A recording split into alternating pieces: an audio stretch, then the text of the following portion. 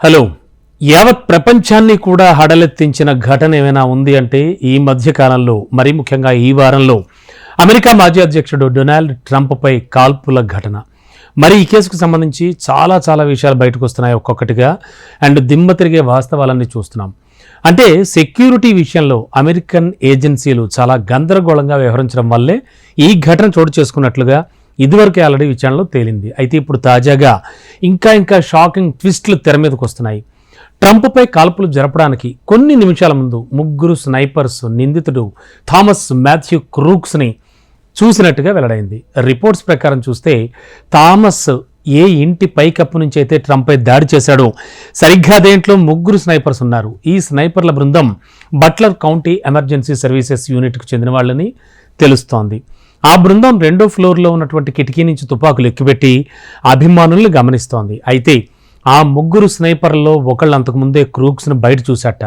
ఇంటి పైకప్పు వైపు ఆ స్నైపర్ చూసినప్పుడు క్రూక్స్ కనిపించాడని, ఆ వెంటనే అతడు అదృశ్యం అయ్యాడని లా ఎన్ఫోర్స్మెంట్ అధికారి వెల్లడించారు. ఆ తర్వాత క్రూక్స్ బ్యాక్ ప్యాక్తో తిరిగి వచ్చి ఫోన్ చూసుకుంటూ కూర్చున్నట్టుగా ఆ స్నైపర్ గుర్తించాడని చెప్పారు. అప్పుడు ముగ్గురు స్నైపర్స్లో ఒకరు అతని ఫోటో తీశారని కూడా పేర్కొన్నాడు. అనంతరం క్రూక్స్ ఒక రేంజ్ ఫైండర్ను బయటకు తీసిన దృశ్యాన్ని సైతం సీక్రెట్ సర్వీస్ స్నైపర్ గమనించి రేడియో సెట్లో కమాండ్ సెంటర్కు తెలియజేసినట్లుగా కూడా ఆ విచారణలో తేలింది. ఇంతలోనే క్రూక్స్ మాయమైపోయి మళ్ళీ అతను 3వసారి బ్యాక్ ప్యాక్తో తిరిగి వచ్చాట. దీంతో స్నైపర్స్ వెంటనే ఈ సమాచారాన్ని కాల్ చేసి తెలియజేశారు.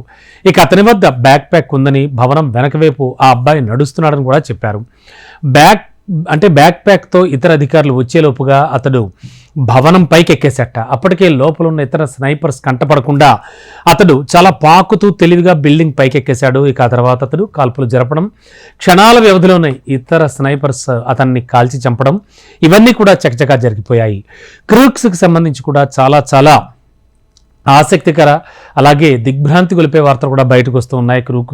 క్రూక్స్ యొక్క బ్యాక్గ్రౌండ్ ఏంటి, అసలు అతను ఎందుకని ట్రంప్ని టార్గెట్ చేసుకున్నాడు, ఇవన్నీ కూడా కోర్స్ వెంటనే కూడా అతన్ని కూడా చంపేశారు పోలీసులు. అక్కడ జరిగిన ఘటన అంతా తెలుసు. ఈ ఘటనకు సంబంధించి యావత్ ప్రపంచం దిగ్భ్రాంతికి లోనైంది. కోర్స్ అమెరికాలో అధ్యక్షులపై దాడులు అనేవి పరంపర కొనసాగుతూనే వస్తోంది, ఎప్పటి నుంచో జరుగుతూనే ఉన్నాయి. వాటికి సంబంధించి కూడా మనం అనేక వీడియోల్లో చూస్తూ ఉన్నాం. ప్రస్తుతానికైతే మాత్రం ఇప్పుడు ఒక్కొక్క విషయం బయటపడుతుంటే మొత్తం ప్రపంచ ప్రజలే కాకుండా అటు అమెరికన్ సెక్యూరిటీ వ్యవస్థ మీద కూడా చాలా ప్రశ్నలు లేవనెత్తుతూ ఉన్నారు. ఎందుకని వాళ్ళు అంటే కొద్దిగా లేట్ చేశారా, లేకపోతే ఏం జరుగుతోంది అనేది, అసలు అక్కడ ఏం జరిగింది అనేది కూడా ఖచ్చితంగా ప్రతి ఒక్కళ్ళు అంటే హై సెక్యూరిటీ ఆఫీసర్స్ అంతా కూడా ప్రస్తుతానికి ఇంకా చాలా స్టడీ చేస్తూ, చాలా విచారణ చేస్తూ సరికొత్త విషయాలన్నీ కూడా కనుక్కునే పనిలో ఉన్నారు.